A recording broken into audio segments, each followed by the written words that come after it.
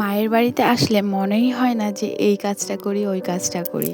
So hello everyone, কেমন আছো তোমরা সবাই? আশা করি অনেক ভালো আছো, আর তোমাদের ভালোবাসায় আমিও অনেক ভালো আছি।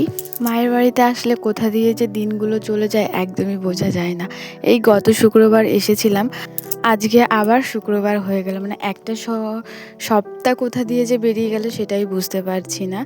তো এরকম করে করে দিনগুলো কেটে যায়, কিন্তু শ্বশুরবাড়ি থাকলে কেন যে দিনগুলো কাটে না একদমই ভালো লাগে না তখন। আর এই বাড়িতে আসলে এত তাড়াতাড়ি দিন শেষ হয়ে যায়, বোঝাই যায় না কোথা দিয়ে যে 10-12 দিন বেরিয়ে যায় একদমই বোঝা যায় না। আর 2-3 দিন পর তো আমাকে বাড়িও চলে যেতে হবে, সেটা ভেবেই মন খারাপ করছে। যাই হোক, দেখো সকাল সকাল মার বাড়িতে কিন্তু অনেক কিছু খাওয়া দাওয়া করতে শুরু করে দিয়েছি।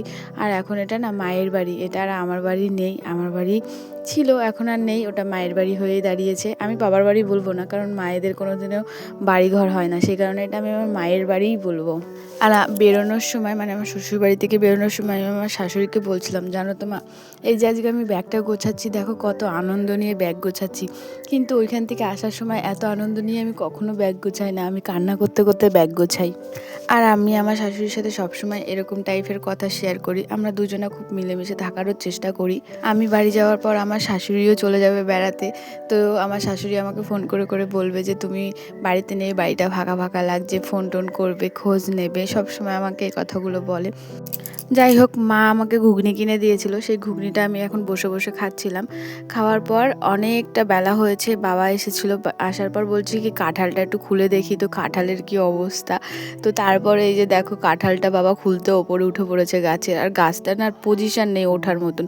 তারপরে গিয়ে এখানে মা কাঁঠালের বস্তাটা ধরেছে, আর এখানে 2টো কাঁঠাল রয়েছে। তারপরে এখানে বাবা কাঁঠালটা কোনো রকম কেটে দিচ্ছিল, আর দেখো ধপ করে এখন পড়বে কাঁঠালটা, আর মা বস্তাটা ধরছে, ঠিক করে ধরেনি, সেই কারণে মাকে বলছিলাম একটু ঠিক করে ধরো, নাহলে পড়লে কিন্তু ধরতে পারবে না। এই যে ধপাস করে পড়ে গেছে। তারপরে দেখো এবার কাঁঠালটা বের করবে, আর কাঁঠালটার অবস্থা তোমরা দেখো, আমি আর কিছু বলবো না, তোমরাই দেখো, সবার রিয়াকশান দেখো কাঁঠালের অবস্থা দেখে। বলে বিশাল ভালো খায় কাঁঠাল নোনা, আরে নোনা তো তাহলে ভালো দিকে গিয়েছে।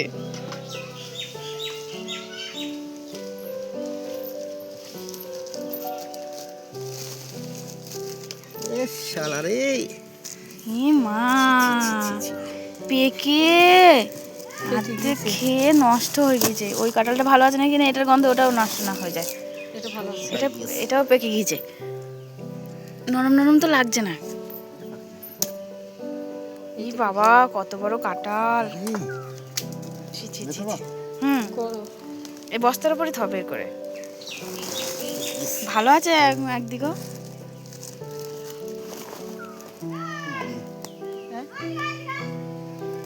ভালো থাকবে মানে এই সাইডটা ভালো থাকবে।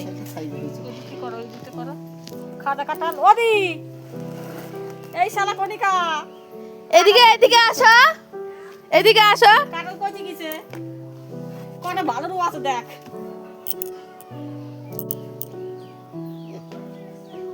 কেমন হয়ে গেছে দেখ না, তখনই কাটে লাইতে হয়। এই দিকটা ভালো আছে, তখনই কাটে লাইতে হয়, কাটা যান ছড়াই যায়। ওই যে মুখ ফেটে ফেটে ফেটে ফেটে ছড়াই গেছে। এগুলো ছড়াই যায় না। হ্যাঁ, ওই যে ওটার মধ্যে কিন্তু ছড়াই নাই। দেখ কি সুন্দর বড় বড় রুয়া, দেখো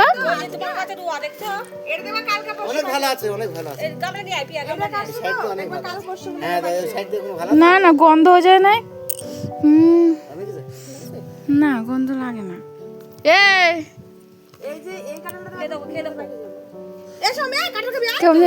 গন্ধ লাগবে, মিষ্টি আছে।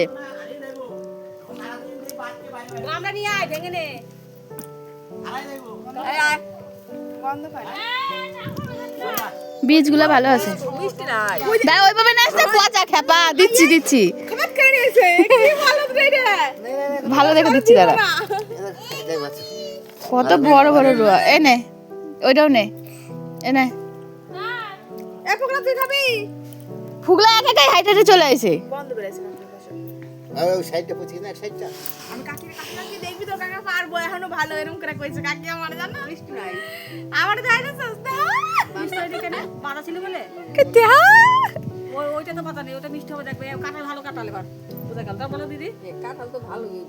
কি বড় বড় রুয়া হয়েছে দেখো, এক একটা কাঁঠালে এইটুকু এইটুকু রুয়া হয়।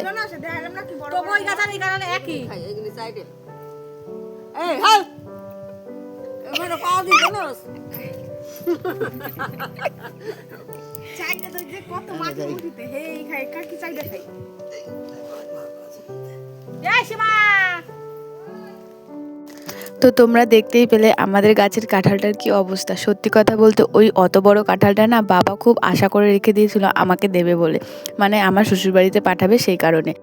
এখন বাবা গেছিলো মামা বাড়িতে বেড়াতে, তো সেই কারণে বাবা বলছে কাঁঠালটা যদি হনুমানে খেয়ে নেয় বস্তা দিয়ে বেঁধে থুয়ে যায়, তো সেই কারণে বাবা বস্তা দিয়ে বেঁধে থুয়ে দিয়েছিলো।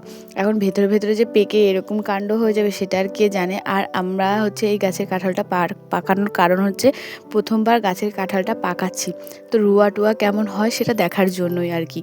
তারপর দুপুরবেলা খাওয়া দাওয়া করে একবারে বিকেলবেলা মার সাথে ঘুরতে বেরিয়ে পড়েছি। প্রথমে একটু মাঠের দিকে গেছিলাম, তারপরে এই যে বড় বৌদিদের বাড়ি এসেছি। আর এখানে এসে তো এরা দুজন খুব কান্নাকাটি করছে ওই বলটা নিয়ে, তো তোমরা একটু শুনবে তাহলে শোনো। আর ভিডিওটা কেমন লাগলো অবশ্যই বলো, ভালো লাগলে কিন্তু অবশ্যই একটা লাইক করে দিও। দাও দাও একটু দাও, একটু দিতে কম দিতে ক দাও। ওইটাও শয়তান কম না, দেখছিস দিয়া ওইভাবে সরায় না।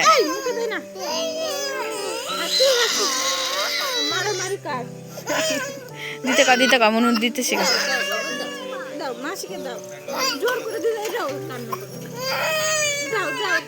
তুই লুকায় ফেলা, তুই হুশ করে ফেলাই দে।